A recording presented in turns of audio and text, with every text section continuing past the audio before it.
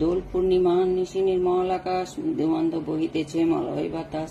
মলয় পর্বতে বসি লক্ষ্মীনারায়ণ, মনসকে দুইজনে করে আলাপন।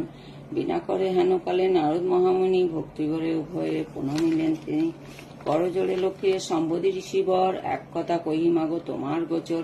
নরলোক পানে মাগো চাহো একবার, মর্তবাসী অন্নাভাবে করে হাহাকার। বলো মাগো কৃপা করি কি পাপের ফলে, মর্তবাসী নরনারী দুঃখে সদা জলে। শুনি লক্ষ্মী নারদেরে বলেন তখন, ধরাবাসী দুঃখ পায় পাপের কারণ। লক্ষ্মীর উপর নারী শিশু পাঠানো মর্তেতে, আমারে খুলেছে তারা পরিহাত মোহেতে। লজ্জা আদি গুণ যত রমণীর আছে, ক্ষণিক সুখে লাগি বর্জন করিছে। স্বামীর না মানে তারা না শুনে বচন, ইচ্ছা মতো হেতা সেতা করিছে ভ্রমণ। প্রতিক্রিয়ে এই রূপ পাপের আগার, অচলা হইয়া সেতা থাকে কি প্রকার।